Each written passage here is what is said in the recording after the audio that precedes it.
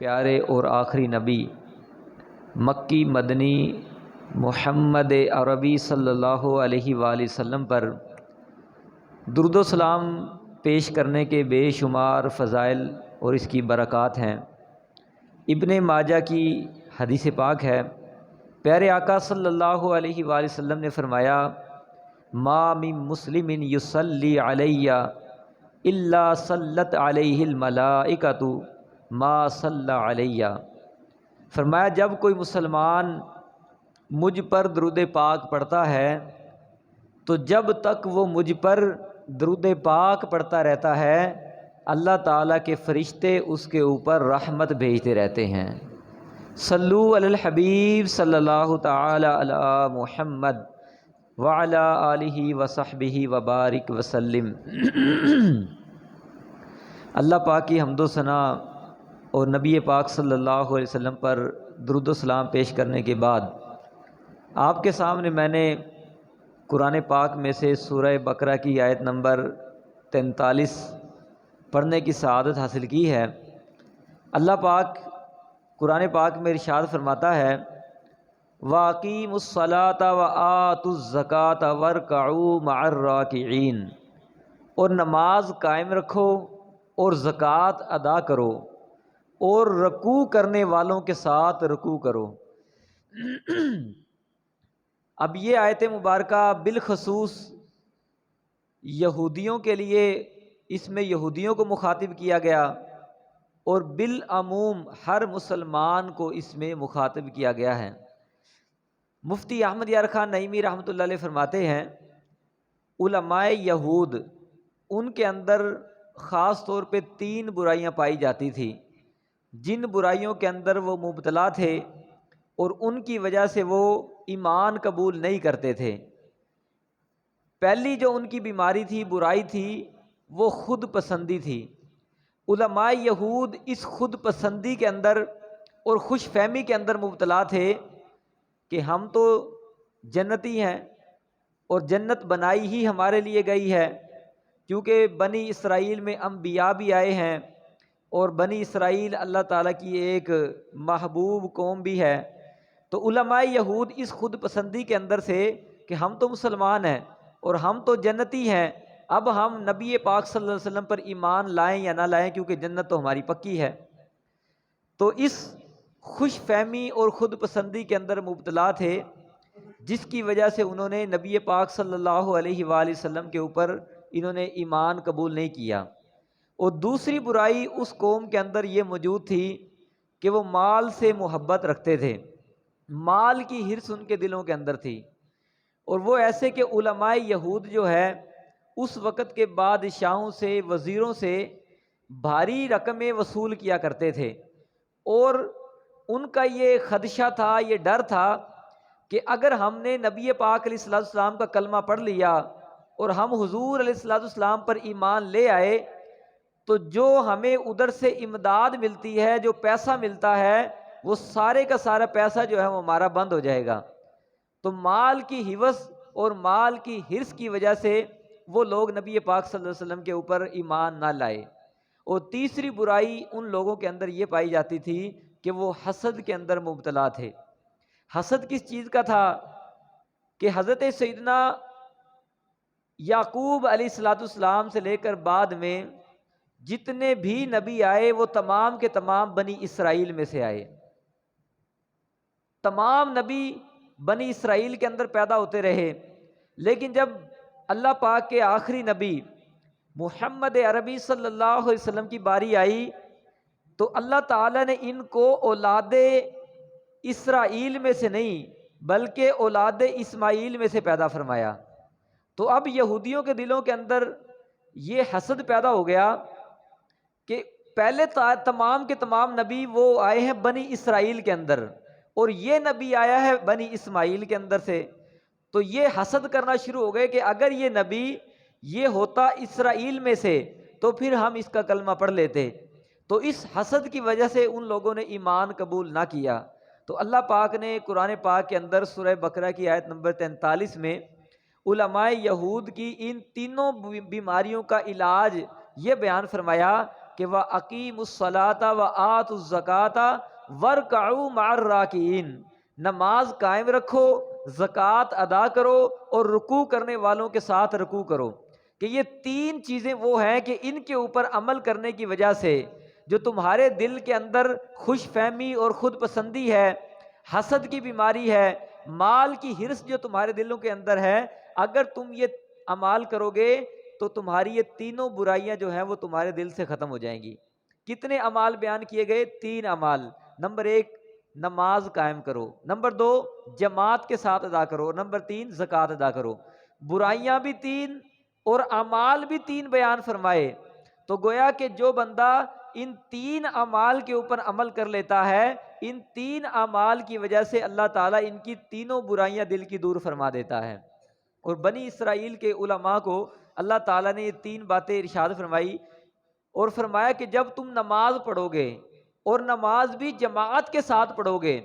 جو تمہارے دل کا تکبر ہے، جو حسد ہے اور اپنے آپ کو اونچا سمجھنے والا مرض ہے، وہ نکل جائے گا۔ وہ کیسے؟ کہ جب بندہ مسجد کے اندر آتا ہے اور جماعت کے ساتھ نماز پڑھتا ہے تو اس وقت امیر ہو یا غریب ہو، بادشاہ ہو یا فقیر ہو، سب کے سب ایک ہی صف کے اندر کھڑے ہو کر نماز پڑھتے ہیں۔ یعنی چاہے کوئی بندہ مزدوری کرنے والا ہے، چاہے وقت کا بادشاہ ہے، وزیر ہے، گورنر ہے، فقیر ہے، کوئی بھی ہے، تو مسجد کے اندر آ کے ایک ہی صف کے اندر کھڑے ہو جاتے ہیں محمود و ایاز۔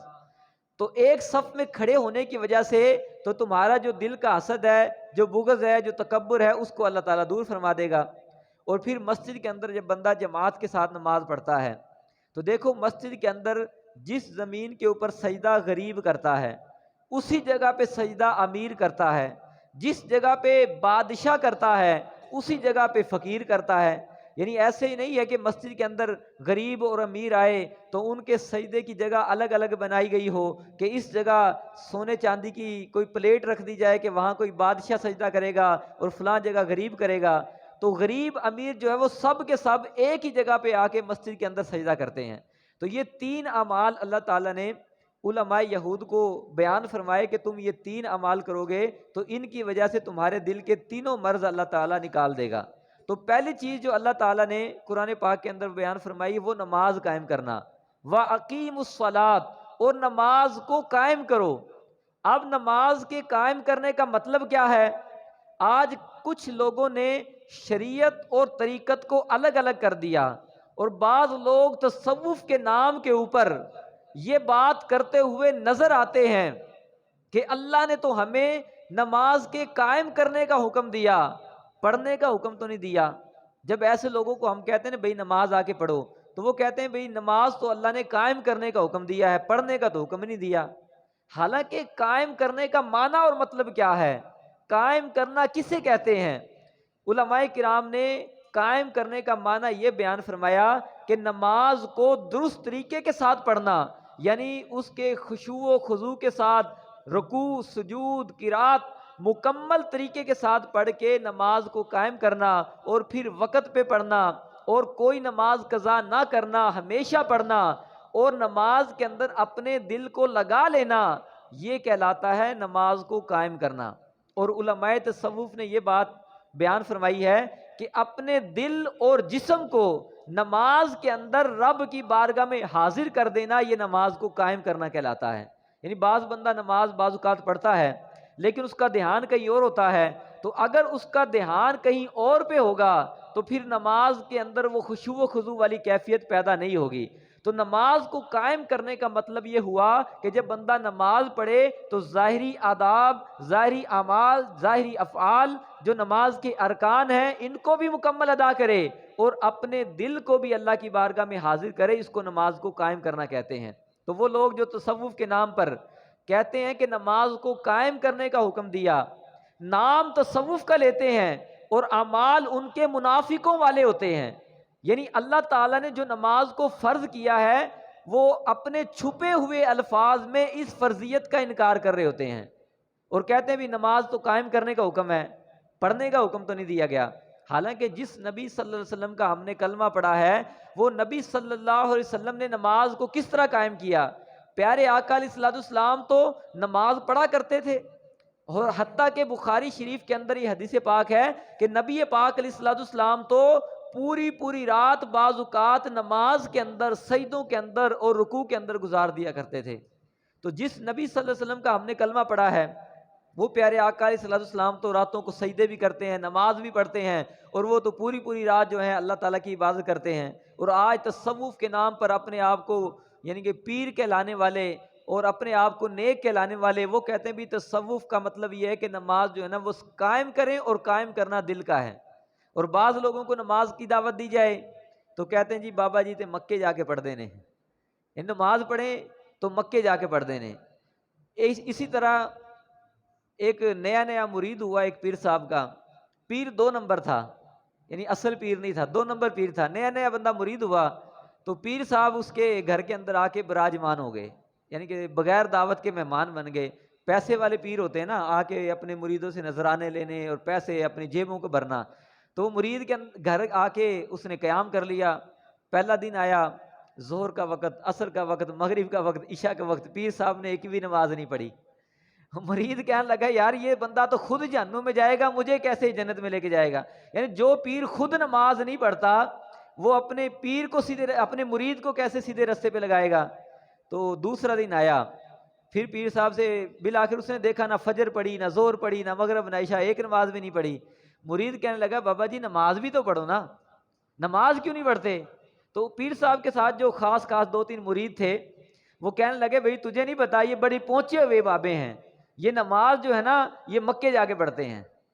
پیر صاحب نماز مکے جا کے پڑھتے ہیں، یہاں تمہارے سامنے نہیں پڑھتے، اتنی پہنچی ہوئی ہستی ہے۔ تو جب کھانے کا وقت آیا تو جس وقت پیر کھانے لگا تو مرید نے کھانا اپنے پیر کے سامنے سے اٹھا لیا،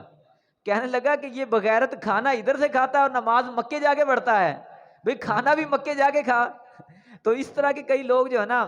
وہ تصوف کے نام پر، طریقت کے نام پر لوگوں کو گمراہ کر رہے ہوتے ہیں۔ تو نماز کو قائم کرنے کا مطلب یہ ہے کہ نماز کو دل کے ساتھ پڑھنا، اپنے دل کو بھی حاضر کرنا، اپنے جسم کو بھی حاضر کرنا، اس کو نماز کو قائم کرنا کہلاتے ہیں۔ اور جب بندہ نماز کے اندر ادھر ادھر توجہ کرتا ہے، اللہ پاک کی طرف متوجہ نہیں ہوتا، تو حضرت ابو ہریرہ رضی اللہ تعالیٰ عنہ سے روایت ہے، پیارے آقا صلی اللہ علیہ وسلم نے فرمایا جب بندہ اللہ کی بارگاہ میں نماز کے لیے حاضر ہو جاتا ہے، اب وہ نماز کے دوران ادھر ادھر اگر توجہ کرتا ہے، فرمایا کہ اللہ پاک اس بندے سے فرماتا ہے کہ اے میرے بندے کیا تجھے مجھ سے کوئی بہتر چیز نظر آ گئی ہے؟ فرمایا اللہ فرماتا ہے میرے بندے میری طرف توجہ کر، اور میری عزت و جلال کی قسم تجھے مجھ سے زیادہ اچھا کوئی نہیں ملے گا۔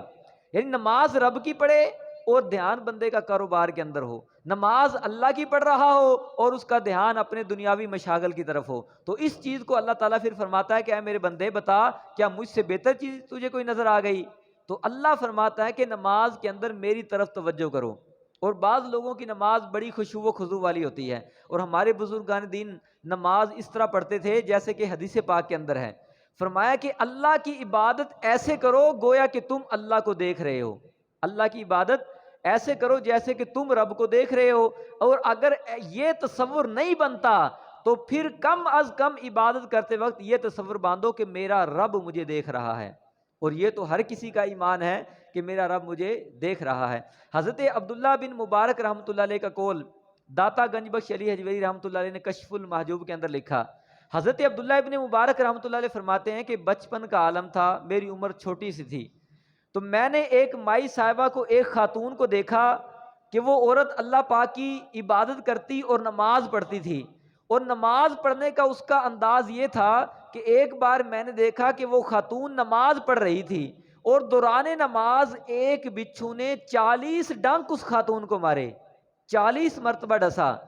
لیکن وہ خاتون مسلسل نماز پڑھتی رہی، رنگ تبدیل ہو گیا درد کی وجہ سے اور چہرہ پیلا پڑ گیا، لیکن نماز نہیں توڑی، نماز ہی پڑھتی رہی۔ جب نماز سے فارغ ہوئی، حضرت عبداللہ بن مبارک رحمۃ اللہ علیہ فرماتے کسی نے پوچھا کہ اماں جان آپ نماز پڑھ رہی تھی، بچھو نے آپ کو 40 ڈنک مارے، آپ نماز توڑ دیتی، اس بچھو کو ہٹا دیتی؟ تو اس خاتون نے یہ جواب دیا یہ کتنی بری بات ہے کہ میں اپنے رب کی عبادت کروں، اپنے رب سے ہم کلام ہو رہی ہوں، رب کا قرآن پڑھ رہی ہوں، اور میں اس نماز کے دوران اپنا کام بھی کروں۔ یعنی اپنے جسم کو پہنچنے والی تکلیف جو تھی اس کو بھی اس نے یہ سمجھا کہ یہ میرا ذاتی کام ہے، اور وہ کام کرنا بھی نماز کے اندر گوارا نہ کیا۔ یہاں یہ مسئلہ بھی یاد رکھیں کہ شرعی مسئلہ یہ ہے، اگر دوران نماز کوئی ایسی تکلیف دے والی چیز ہو، جیسے کوئی سانپ ہو، کوئی بچھو ہو، ایسی کوئی چیز آ جائے، تو اس کو نماز توڑ کر اس کو مارنا بھی جائز ہے، تو نماز کو توڑنے کی اجازت ہے۔ لیکن بزرگوں کا انداز یہ تھا کہ بچھو نے 40 ڈنک مارے، لیکن اس خاتون کا خشوع و خضوع اور اللہ تعالیٰ سے تعلق اتنا مضبوط تھا کہ اس نے نماز سے توجہ نہ ہٹائی۔ پیارے آقا مدینے والے مصطفیٰ صلی اللہ علیہ وسلم کی احادیث سے ہمیں یہ درس ملتا ہے کہ جب بندہ خشوع و خضوع والی نماز پڑھتا ہے تو خشوع و خضوع والی نماز جو ہے انسان کی دیگر برائیوں کو بھی دور کر دیتی ہے، جیسا کہ بنی اسرائیل کے علماء کو اللہ تعالیٰ نے ان 3 باتوں کا ارشاد فرمایا تھا کہ نماز قائم کرو اور رکوع کرنے والوں کے ساتھ رکوع کرو اور زکوٰۃ ادا کرو۔ ان نماز بندہ جب خشوع و خضوع والی پڑھتا ہے، اگر بندے کے اندر کوئی اور برائیاں موجود ہوں، اس نماز کی برکت سے اللہ تعالیٰ وہ برائیاں بھی دور فرما دیتا ہے۔ پیارے آقا علیہ الصلوۃ والسلام تشریف فرما ہے، کسی نے عرض کی یا رسول اللہ فلاں جو بندہ ہے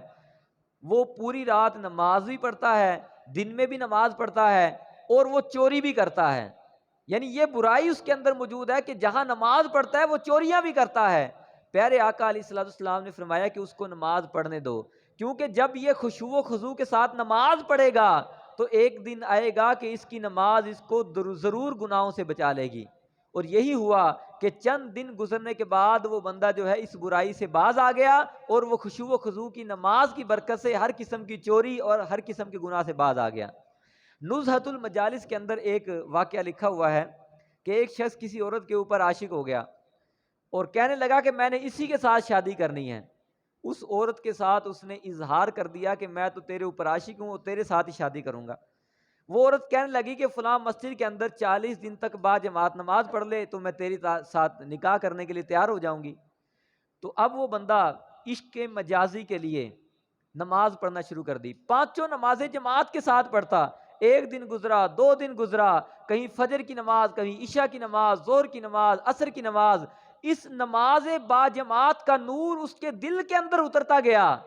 اور جب 40 دن مکمل ہوئے تو اس بندے نے ایک خط لکھا اور اس خاتون کو کی طرف خط لکھا کہ میں تیرے ساتھ نکاح کرنا چاہتا تھا، میں تیرے ساتھ پیار کرتا تھا، لیکن ان 40 دن کی نمازوں نے تیری محبت دل سے نکال کر رب کی محبت دل میں داخل کر دی ہے، اور کہا کہ اب مجھے تیری کوئی ضرورت نہیں ہے۔ اور اس کے بعد وہ بندہ ہمیشہ ہمیشہ کے لیے پکا سچا نمازی بن گیا۔ تو اس روایت حکایت سے بھی ہمیں یہ پتہ چلا کہ جو بندہ خشوع و خضوع کے ساتھ 40 دن نماز با جماعت پڑھ لیتا ہے، تو اگر اس کے دل کے اندر کسی قسم کی کوئی برائی ہو، اگر اس کے اندر کوئی عیب پایا جاتا ہو، تو وہ عیب بھی اس کے اندر سے نکل جاتے ہیں۔ اور یہ نماز پڑھنا، یہ نماز صرف ہمیں آخرت کی ان تکلیفوں سے نہیں نجات دے گی، بلکہ یہ نماز ہمیں دنیاوی تکلیفوں اور مسائل سے بھی نجات دلاتی ہے۔ جیسا کہ ایک ڈاکوؤں کا قافلہ رات کے وقت کسی گاؤں میں چلا گیا اور ایک گھر کے اندر کود پڑا اور ان کا مال وغیرہ سب کچھ لوٹ لیا۔ اچانک گھر والوں کی آنکھ کھل گئی، انہوں نے شور مچا دیا، تمام کے تمام گاؤں والے جو ہے نا وہ بھاگ کر آ گئے، اور چور جو ہے وہ گھر سے بھاگ نکلے۔ اب گاؤں والے چوروں کا پیچھا کرتے کرتے اس کے پیچھے بھاگ رہے ہیں اور ڈاکو آگے آگے بھاگ رہے ہیں۔ اب ڈاکوؤں نے سوچا کہ اب تو ہم پھنس جائیں گے، اگر پکڑے گئے تو یہ ہمیں چھوڑیں گے نہیں۔ تو قریب ان کو ایک مسجد نظر آئی، ڈاکوؤں نے جلدی سے مسجد کے اندر داخل ہو کے جھوٹ موٹ کی نماز کی نیت کر لی، یعنی نماز نہیں پڑھ رہے تھے لیکن جھوٹ موٹ کی نماز باندھ لی جیسے ہم نماز پڑھ رہے ہیں۔ جب لوگ پیچھا کرتے کرتے مسجد کے اندر آئے تو کسی نے کہا یار یہ تو بڑے اچھے لوگ ہیں، یہ تو نمازی ہیں، یہ تو تہجد گزار ہیں، چور شاید نکل گئے ہوں گے، یہ تو اللہ کے نیک بندے ہیں جو مسجد میں نماز پڑھ رہے ہیں۔ لوگ ان کو چھوڑ کر اپنے اپنے گھروں کے اندر چلے گئے۔ اب جب لوگ چلے گئے تو ان ڈاکوؤں کا سردار وہ اپنے ان ساتھیوں سے کہنے لگا دیکھو یار کہ آج ہم صرف جھوٹ موٹ کی نماز کی شکل بنا کے کھڑے ہوئے، اگر ہم مسجد میں نہ آتے تو اور یہ چور ہمیں پکڑ لیتے تو شاید یہ ہمیں قتل کر دیتے یا ہمیں پولیس کے حوالے کر دیتے۔ اپنے ساتھیوں سے کہنے لگا دیکھو کہ جب جھوٹ موٹ کی نماز کی وجہ سے اللہ نے ہمیں اتنی بڑی آزمائش سے بچا لیا، اگر ہم پکے سچے نمازی بن جائیں گے تو پھر اللہ تعالیٰ ہمیں کتنا نوازے گا۔ تو یہ کہہ کر ڈاکوؤں کے سردار نے اور اس کے ساتھ جتنے بھی ساتھی تھے سب نے پکی سچی توبہ کی اور کہا کہ آج کے بعد جو ہے ہم کوئی نماز قضا نہیں کریں گے اور یہ چوری اور ڈکیٹی والا کام بھی نہیں کریں گے۔ تو نماز جہاں ہمیں آخرت والی تکلیفوں سے بچائے گی، وہیں پر یہ نماز ہمیں دنیاوی تکلیفوں اور آزمائشوں سے بھی بچاتی ہے۔ اور لیکن نماز ہو خشوع و خضوع والی، نماز ہو اللہ تعالیٰ کی رضا والی، جب بندہ رب کے سامنے جھکے، صرف رب کو راضی کرنے کی اس کی نیت ہو، تو پھر وہ نماز انسان کو فائدہ دیتی ہے۔ ایک بزرگ رحمۃ اللہ علیہ کے بارے میں ہے کہ انہوں نے 30 سال تک مسلسل اس طرح نماز ادا کی کہ پہلی صف کے اندر باجماعت نماز ادا کی۔ ہمارے اکثر لوگ جو ہے نا، بغیر کسی بیماری کے، بغیر کسی شرعی مجبوری کے جماعت کی نماز چھوڑ دیتے ہیں۔ چلو کوئی بیماری ہے، شرعی مجبوری، عذر ہے، جماعت رہ جائے تو بغیر جماعت بھی نماز پڑھنے کی اجازت ہے، لیکن بغیر کسی مجبوری کے جان بوجھ کے جماعت کو چھوڑ دینا، یہ ناجائز و گناہ اور کبیرہ گناہ ہے۔ تو ان بزرگوں نے 30 سال اس طرح گزارے کہ با جماعت نماز بھی پڑھی اور پہلی صف کے اندر کھڑے ہو کے پڑھی۔ ایک بار بزرگ تھوڑے سے لیٹ ہو گئے، جماعت تو ان کو مل گئی، لیکن جب مسجد میں آئے تو پہلی صف پوری ہو چکی تھی، ان کو جگہ ملی دوسری صف کے اندر کھڑے ہونے کی۔ اب دل کے اندر بزرگوں کو یہ خیال آیا کہ یار آج مجھے پہلی صف کے اندر نماز کی جگہ نہیں ملی، 30 سال سے پہلی صف میں نماز پڑھ رہا تھا، آج لوگ میرے بارے میں کیا سوچیں گے؟ یعنی یہ دل کے اندر خیال پیدا ہوا، نماز پڑھ لی، اس کے بعد پھر اپنے آپ کو مخاطب کر کے کہنے لگے کہ اے بندہ خدا، آج اگر تیری ایک جماعت کے اندر پہلی صف میں تجھے جگہ نہ ملی، دوسری صف میں جگہ ملی،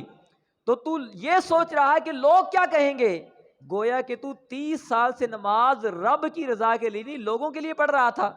اگر رب کی رضا تیرے دل کے اندر ہوتی تو چاہے تجھے آخری صف میں جگہ مل جاتی، تیرے دل کے اندر خیال کیوں آیا؟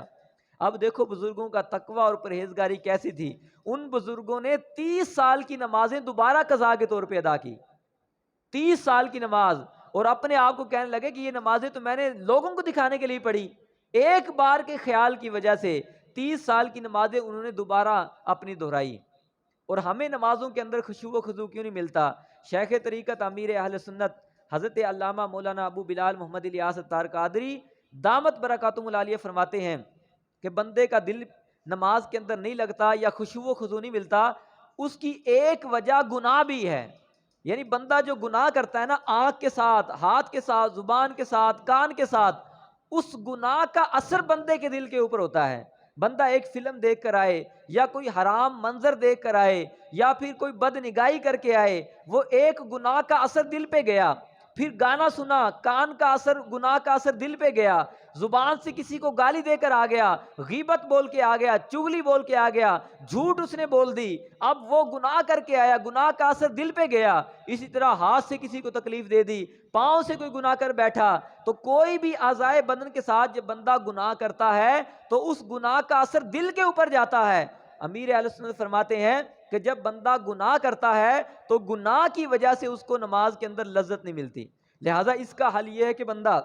اپنے گناہوں سے پکی سچی توبہ بھی کرے اور اپنے آپ کو گناہوں سے بچانے کی بھی کوشش کرے۔ جب بندہ گناہ سے اپنے آپ کو بچائے گا تو پھر جو سجدہ کرے گا اس سجدے کی لذت اس کے دل کے اندر محسوس ہوگی، پھر نماز پڑھے گا دل کے اندر اس کو لذت محسوس ہوگی، قرآن کی تلاوت کرے گا اس کی لذت وہ دل کے اندر محسوس کرے گا۔ اور دل کو روشن کرنے کا ایک عمل یہ بھی ہے کہ بندہ اللہ تعالیٰ کا ذکر کرے، عبادت کرے، عبادت سے دل کے اندر نور پیدا ہوتا ہے۔ اور عبادات کے اندر ایک بہترین عبادت تلاوت قرآن بھی ہے۔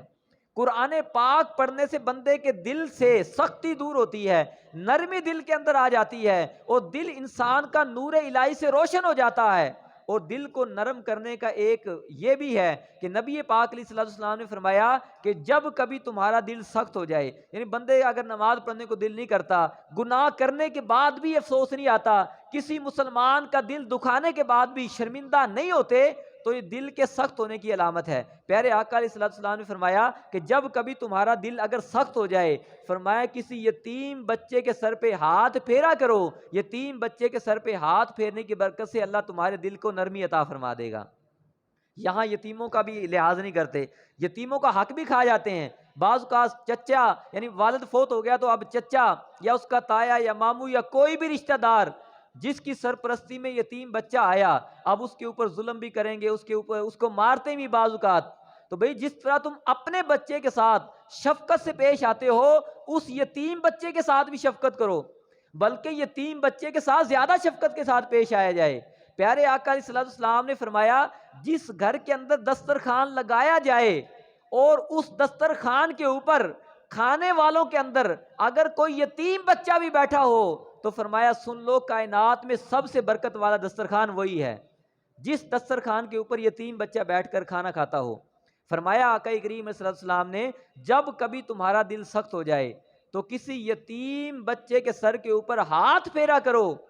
تو اس کی برکت سے اللہ تمہارے دل کو نرمی عطا فرمائے گا۔ ام المومنین عائشہ صدیقہ رضی اللہ تعالیٰ عنہ کے پاس ایک خاتون آئی،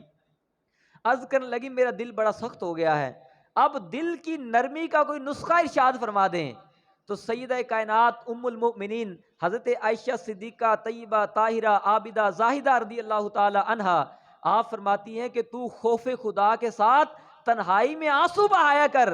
یہ خوف خدا سے نکلنے والے آنسو تمہارے دل کو نرمی عطا کریں گے۔ اب وہ خاتون چلی گئی اور چند دن اس نے یہی عمل کیا اور روتی رہی اور خوف خدا سے آنسو بہاتی رہی۔ چند دنوں میں اس کا دل جب نرم ہو گیا تو حضرت عائشہ صدیقہ رضی اللہ تعالی عنہ کے پاس آئی کہ آپ نے جو مجھے نسخہ ارشاد فرمایا تھا بڑا ہی پیارا نسخہ تھا، میں نے چند دن عمل کیا ہے، اللہ پاک نے میرے دل کو نرمی عطا فرما دی ہے۔ تو اپنے دل کو نرم کرنے والے اعمال بھی کریں۔ جب بندے کا دل نرم ہوگا تو انسان کا دل نمازوں کے اندر لگے گا، تلاوت کے اندر لگے گا، اور بندہ خشوع و خضوع کے ساتھ نماز بھی پڑھے گا۔ اور خشوع و خضوع کے ساتھ نماز پڑھنے والا جب نماز پڑھتا ہے تو اللہ پاک ایسی نماز کو قبول فرماتا ہے۔ جیسا کہ کنز الامال کے اندر ایک حدیث پاک ہے، حدیث قدسی ہے، اللہ پاک فرماتا ہے کہ میں ہر بندے کی نماز قبول نہیں کرتا، جو بھی نماز پڑھے میں اس کی نماز قبول کروں، ایسا نہیں ہے۔ فرمایا میں اسی بندے کی نماز قبول کرتا ہوں کہ جب وہ بندہ نماز پڑھنے کے لیے آئے اور میری عظمت اور میری بلندی کی خاطر اپنے آپ کو عاجز سمجھنا شروع کر دے اور اپنے آپ کو گناہوں سے بچائے، جس چیز کو میں نے حرام کیا ہے اس حرام چیز سے اپنے آپ کو بچائے، لوگوں کو کھانا کھلائے، محتاجوں کی مدد کرے، مصیبت زدوں کے کام آئے، پیاسوں کو پانی پلائے۔ فرمایا جب لوگوں کے ساتھ یہ بندہ بھلائی کرے گا، گناہ سے بچے گا، حرام سے بچے گا، پھر وہ میرے حضور ایک سجدہ بھی کرے گا، فرمایا قیامت والے دن اس کے چہرے کا نور میرے نزدیک سورج کے نور سے بھی زیادہ ہوگا۔ خشوع و خضوع کے ساتھ نماز پڑھنے والا، گناہوں سے اپنے آپ کو بچانے والا، قیامت والے دن اس کے چہرے کا نور اللہ فرماتا ہے سورج کے نور سے بھی زیادہ اس کے چہرے کا نور ہوگا۔ فرمایا ایسا بندہ، یعنی جس کی یہ ابھی وصف بیان کیے گئے، جو نماز اس طریقے کے ساتھ پڑھے کہ گناہ کے قریب نہ جائے، حرام کے قریب نہ جائے، محتاجوں کی مدد کرنے والا ہو، یتیموں کے کام آنے والا ہو۔ فرمایا جب وہ بندہ کسی چیز کا سوال میری بارگاہ میں کرتا ہے تو میں اس کے سوال کو پورا کرتا ہوں، وہ مجھ سے دعا مانگتا ہے اس کی دعا کو قبول کرتا ہوں۔ اور اللہ پاک فرماتا ہے کہ میرا بندہ اگر میرے اوپر کسی قسم کی قسم کھا لیتا ہے، اللہ فرماتا ہے پھر میں اس کی دعا کو ضرور، اس کی قسم کو ضرور پورا فرما دیا کرتا ہوں۔ تو خشوع و خضوع کے ساتھ نماز پڑھیں اور صرف اللہ پاک کی رضا کے لیے نماز پڑھیں۔ تو یہ قرآن پاک کی جو آیت پڑھی اس میں بالخصوص اللہ نے علماء یہود کو مخاطب کیا اور بالعموم ہر مسلمان کو مخاطب کیا۔ وَأَقِیمُوا الصَّلَاةَ وَآتُوا الزَّکَاةَ وَارْکَعُوا مَعَ الرَّاکِعِینَ کہ نماز کو قائم کرو، زکوٰۃ ادا کرو اور رکوع کرنے والوں کے ساتھ رکوع کرو۔ تو رکوع کرنے والوں کے ساتھ رکوع کرنے کا مطلب یہ ہے کہ بندہ با جماعت نماز پڑھے۔ جماعت کے ساتھ نماز پڑھنا یہ ایسی ایک بلند عبادت ہے کہ حضرت سیدنا عمر فاروق اعظم رضی اللہ تعالیٰ عنہ مسلمانوں کے دوسرے خلیفہ، آپ فرماتے ہیں کہ بندہ مومن جب نماز جماعت کے ساتھ پڑھتا ہے اور بار بار پڑھتا ہے اور جماعت کے ساتھ ہی نماز پڑھتا ہے تو اللہ پاک جماعت کے ساتھ نماز پڑھنے کی برکت سے اس بندے کو اپنا محبوب بنا لیتا ہے۔ اور بندہ اکیلا نماز پڑھے تو اس کو نماز ایک کا ثواب ملے، اگر جماعت کے ساتھ پڑھے 27 نمازوں کا ثواب اس بندے کو ملتا ہے۔ ہمارے بزرگ جب ان حدیثوں کو پڑھتے تھے، قرآن کی آیتوں کو پڑھتے تھے، کیسا جذبہ ان کے دلوں کے اندر نمازوں کا اور جماعت کا ہوتا تھا۔ امام محمد بن سما رحمۃ اللہ علیہ بہت بڑے بزرگ گزرے ہیں، 103 سال عمر ان کی گزری ہے، اور 103 سال کے اندر سے انہوں نے 60 سال اس طرح گزارے کہ ہر رات کے اندر 200 رکعت نماز نفل پڑھا کرتے تھے، اور ہمیشہ انہوں نے جماعت کے ساتھ نماز پڑھی۔ اور آپ کی ایک بار جماعت کی نماز چھوٹ گئی تو آپ نے سوچا کہ یار آج میری جماعت رہ گئی ہے اور بندہ جماعت کے ساتھ نماز پڑھے تو 27 نمازوں کا ثواب ملتا ہے، تو لہٰذا آپ نے وہ نماز 27 مرتبہ ادا کی۔ جب نماز پڑھ کے اونگ آئی، سو گئے، تو کسی نے خواب کے اندر کہا کہ اے محمد بن سما، تم نے نماز تو 27 مرتبہ پڑھ لی، لیکن جب بندہ جماعت کے ساتھ نماز پڑھتا ہے اور امام کہتا ہے غیر المغضوب علیہم ولا الضالین اور کہنے والے آمین کہتے ہیں، کہا کہ اس آمین کا ثواب کہاں سے لے کر آؤ گے؟ تو وہ آمین جو بندہ جماعت کے ساتھ امام کے ساتھ کہتا ہے، اس آمین کا ثواب اتنا ہے کہ بخاری مسلم میں حدیث ہے، نبی پاک علیہ الصلوۃ والسلام نے فرمایا کہ جب امام کہے غیر المغضوب علیہم ولا الضالین، فرمایا تم کہو آمین، کہ جس بندے کی آمین فرشتوں کی آمین کی طرح ہو گئی، اللہ تعالیٰ اس کے پچھلے سارے گناہ معاف فرما دے گا۔ اب یہاں یہ بات بھی یاد رکھیں کہ فرشتوں کی آمین ہوتی ہے آہستہ، کیونکہ فرشتوں کی آمین ہمیں سنائی نہیں دیتی، تو آہستہ آواز کے ساتھ آمین کہیں، پھر ہی فرشتوں کے ساتھ موافقت ہوگی۔ اور ثواب کیا ہے کہ جس کی آمین فرشتوں کے موافق ہوگی، اللہ تعالیٰ اس کے پچھلے سارے گناہ معاف فرما دیتا ہے۔ تو نماز بھی پڑھنی ہے اور خشوع و خضوع کے ساتھ پڑھنی ہے، اور صرف اللہ کی رضا کے لیے پڑھنی ہے، اور نماز پڑھنے کی مقصد یہ ہو کہ میرا رب مجھ سے راضی ہو جائے، اور جماعت کے ساتھ نماز پڑھیں گے تو پھر یہ ثواب ملے گا کہ اللہ تعالیٰ قیامت والے دن اس کے چہرے کو سورج کے نور سے زیادہ نور عطا فرمائے گا۔ اور آخر کے اندر ایک اہم مسئلہ یہ سماعت فرمائیں قسم کے بارے میں۔